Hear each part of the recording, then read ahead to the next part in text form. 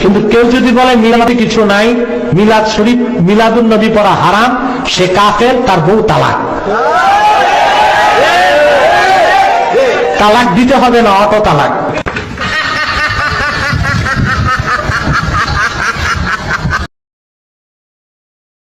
ঈদে মিলাদুন নবী মানে হলো নবীর জন্মের ঈদ, আনন্দ। তো ঈদ থাকলে তো ঈদের নামাজ থাকবে নাকি? তো 12 রবিউল আউয়ালকে যদি আমরা ঈদে মিলাদুন নবী বলি, তাহলে ঈদ তিনটা হলো। তাহলে ঈদুল আযহা, ঈদুল ফিতরের তো নামাজ আছে, আমরা জানি। ঈদে মিলাদুন নবীর নামাজ কখন? আমাদের প্রিয় নবী সাল্লাল্লাহু আলাইহি ওয়াসাল্লাম নিজে তার জন্মদিবস উদযাপন করেছেন? যদি করে থাকেন, ঈদ প্রতি বছর 12 রবিউল আউয়াল তিনি বেঁচে ছিলেন 63 বছর, এই 63 বছরে প্রতিবার আসছে না? উনি ওনার জন্মদিবস উপলক্ষে এই যে র্যালি বের করা, জশ্ন জুলুস করা বা যাই করি আমরা, উনি কিছু করছেন কি? ওনার নিজের জন্মদিবস উনি উদযাপন করলেন না, ওনার 4 খলিফার কেউ করলেন না, কোন সাহাবী করলেন না। আমরা মহব্বত জাহির করার জন্য ওনার জন্মদিনের জন্য। ব্যাপারটা কেমন হয়ে গেল? তো বোঝা গেল যে আসলে ঈদে মিলাদুন নবীর নামে কোন ইবাদতের উপলক্ষ, কোন অকেশন ইসলামের শরীয়তে কোথাও নাই। তবে এটা ঠিক, এই কথাগুলো আমরা বললে আমাদের কিছু ভাই, যারা আমাদেরই ভাই, মুসলিম ভাই, নবী করিম সাল্লাল্লাহু আলাইহি ওয়াসাল্লামের সিরাতের আলোচনা হবে, তার জন্ম বৃত্তান্ত আলোচনা হবে। সেই আলোচনার জন্য ঈদে মিলাদুন নবীর নাম দেওয়া, তার জন্মদিনকে ঈদ বানানো, এটা তোমার ইচ্ছা, তুমি নিজের ইচ্ছা মতো বানাবে ঈদ?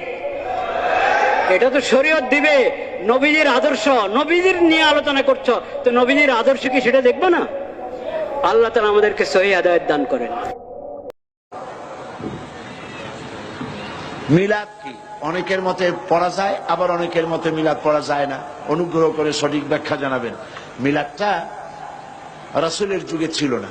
মিলাদ মানে জন্ম, মৌলুদ থেকে মিলাদ। তখন এই মিলাদটা রাসূল করিম সাল্লাল্লাহু আলাইহি ওয়াসাল্লামের জন্ম বৃত্তান্ত।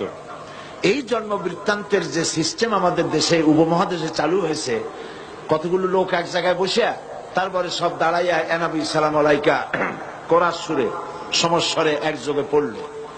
এইটা রাসূলের যুগে ছিল না, এটা সাহাবায়ে কেরামের যুগে ছিল না, এটা তাবিঈনদের যুগে ছিল না, এটা তাবিঈনদের যুগে ছিল না।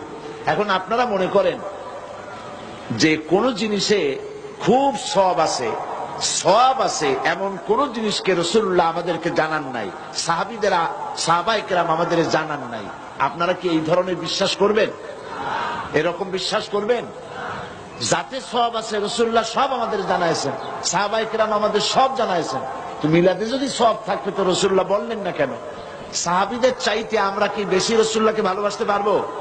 জবাব দেন, পারবো? তো যদি এইটা রাসূলুল্লাহর ভালোবাসার কারণে হয়, তাহলে সাহাবীরা কেন মিলাদ পড়েন নাই?